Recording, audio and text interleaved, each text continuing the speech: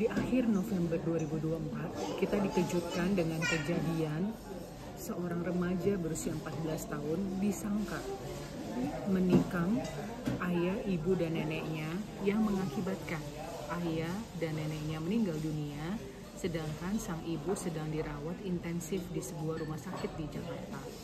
Saya akan membahasnya dari latar belakang saya sebagai seorang yang mendalami pendidikan psikologi dan juga hukum.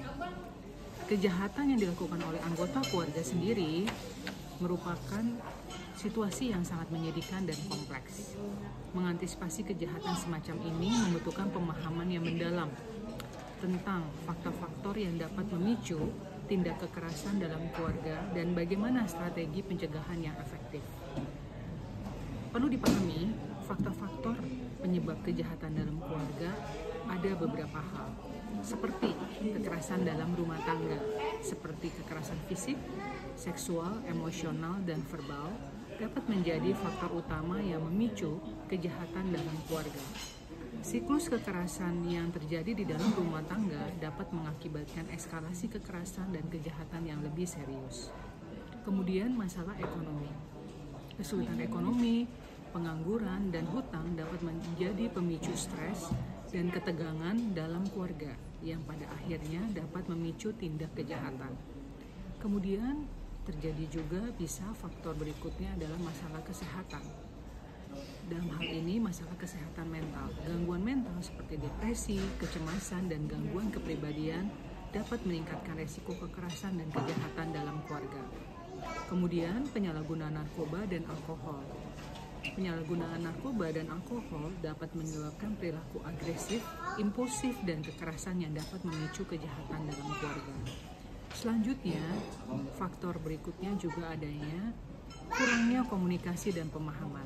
Komunikasi yang buruk, kurangnya empati, dan ketidakmampuan untuk menyelesaikan konflik secara damai dapat menciptakan lingkungan yang tidak sehat dan meningkatkan resiko kejahatan dalam keluarga.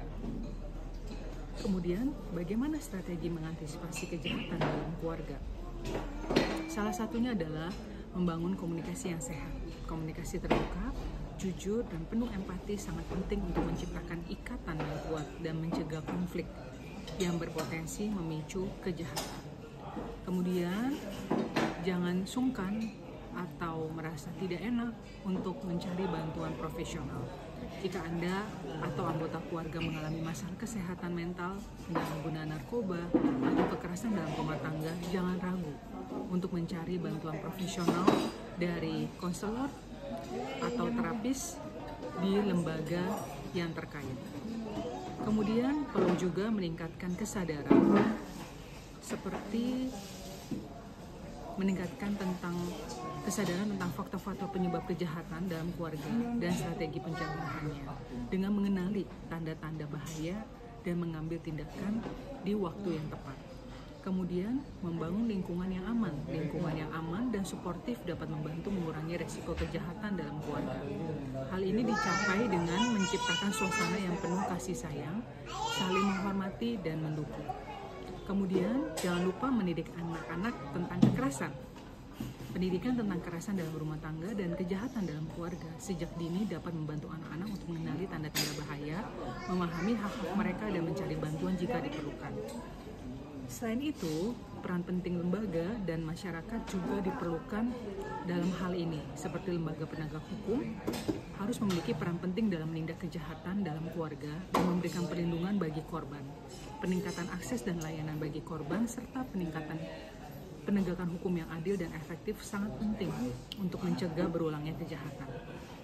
Lembaga sosial seperti rumah sakit, sekolah, dan organisasi masyarakat dapat berperan secara aktif juga untuk memberikan dukungan dan bantuan.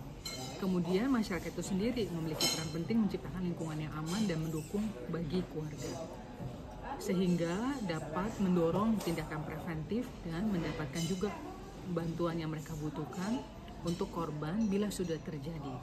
Kesimpulan, mengantisipasi kejahatan yang dilakukan oleh anggota keluarga sendiri merupakan tantangan besar yang membutuhkan upaya bersama dari keluarga, lembaga, dan masyarakat. Membangun komunikasi yang sehat, mencari bantuan profesional, meningkatkan kesadaran, dan menciptakan lingkungan yang aman untuk mencegah kejahatan dalam keluarga. Dan tadi peningkatan peran dari lembaga penegak hukum, lembaga sosial, dan juga masyarakat. Demikian dari saya, terima kasih.